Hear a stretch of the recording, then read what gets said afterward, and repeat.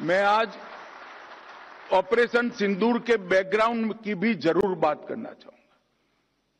मित्रों, हम सभी जानते हैं कई दशकों से हमारा देश पाक प्रेरित आतंकवाद का सामना कर रहा है। सालों तक कई बड़ी बड़ी घटनाएं पाकिस्तान ने की, मगर इसका जवाब, उचित जवाब नहीं दिया गया।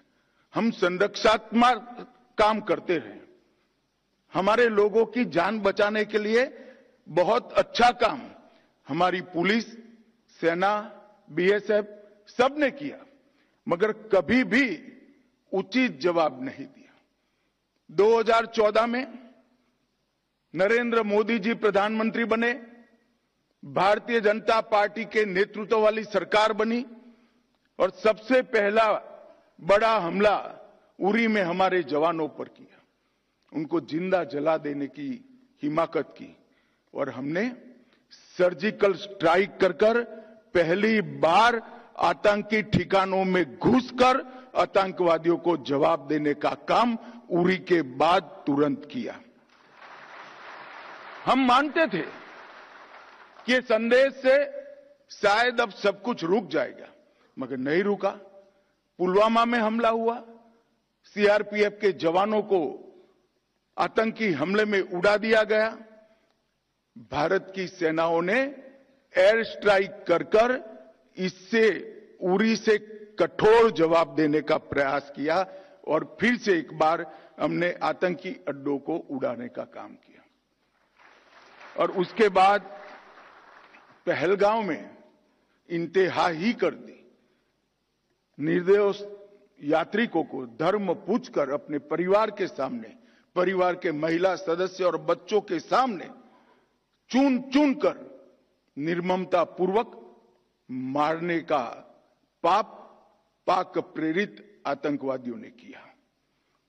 और उस वक्त हमारे प्रधानमंत्री जी ने उनको कहा था, बिहार से कहा था कि इसका उचित जवाब दिया जाएगा, और ऑपरेशन सिंदूर ये उसका जवाब है। आज पूरी दुनिया हमारी सेना की वीरता और मारक क्षमता की भूरी भूरी प्रशंसा कर रही है। और मैं आज इस मंच पर से सेना के उन वीर जवानों को, तीनों सेनाओं ने मिलकर जो पराक्रम किया है, वो सभी को समग्र राष्ट्र की ओर से मैं उनको अभिनंदन भी करना चाहता हूं और धन्यवाद भी कहना चाहता हूं कि आपने देश के स्पिरिट को वहां तक पहुंचाने का काम किया है जहां पहुंचाने की जरूरत थी। दुनिया भर में कई जगह पे आतंकी हमलों का जवाब दिया गया है, परंतु भारत ने जो जवाब दिया है वो एक प्रकार से अलग है। जब पहलगांव पर हमला हुआ, उसके बाद हमने 8 तारीख को ऑपरेशन सिंदूर लॉन्च किया। कुछ ही मिनटों के ऑपरेशन में हमने 9 आतंकी अड्डों को समाप्त कर दिया, जिसमें से 2 उनके हेडक्वार्टर थे।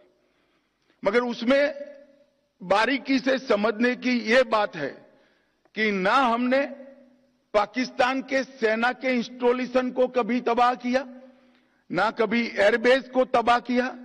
हमने सिर्फ और सिर्फ आतंकी अड्डों को ध्वंस करने का काम किया, जिन्होंने हमारी धरती पर गुनाह किया था। मैं फिर से एक बार कहना चाहूंगा, ना हमने सेना के हवा अड्डों को, स्थापनाओं को छुआ, ना उनके एयरबेस को छुआ।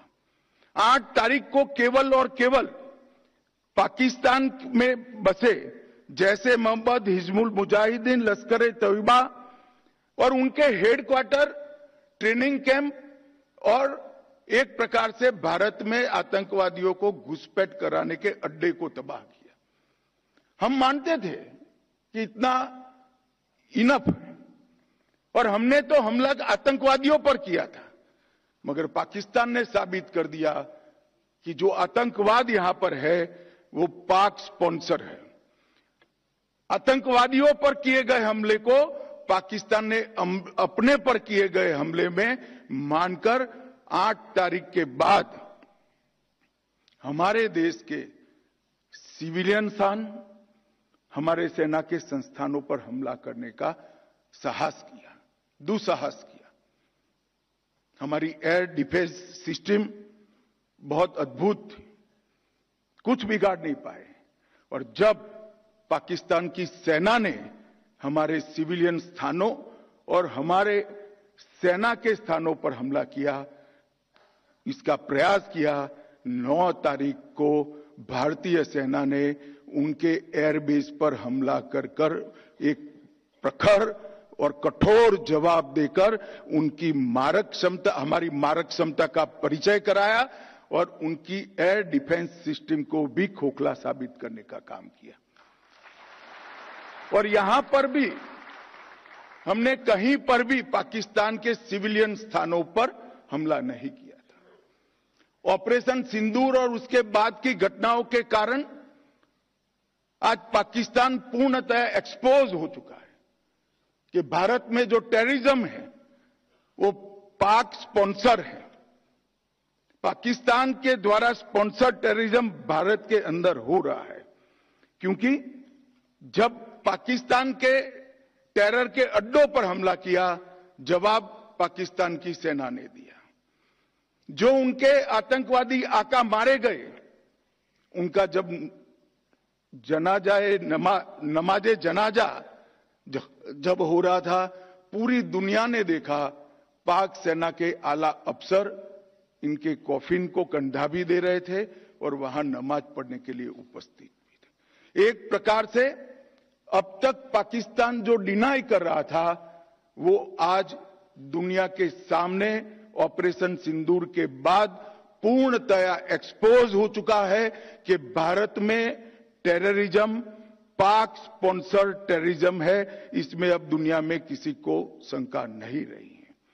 और मैं फिर से एक बार कहना चाहता हूं कि ऑपरेशन सिंदूर अपनी भूमि पर हुए टेरर हमलों के जवाब के इतिहास में सबसे सटीक और सभी उद्देश्यों को पूर्ति करने वाला ऑपरेशन था।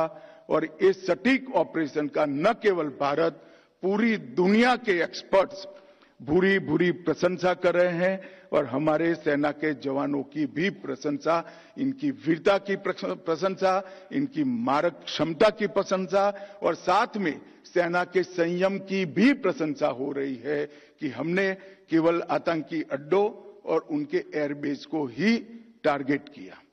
मित्रों, 100 किलोमीटर अंदर घुसकर पहली बार हमारी सेना ने पाकिस्तान को जमीन दिखाने का पराक्रम किया है। पूरा देश सेना के जवानों पर नाज करता है, हमारे बीएसएफ के सीमा प्रहरियों पर नाज करता है। ये जब घटनाक्रम चल रहा था तब, क्योंकि युद्ध घोषित नहीं हुआ था, बीएसएफ ने भी बॉर्डर नहीं छोड़ी थी, बीएसएफ भी मोर्चे पर थी।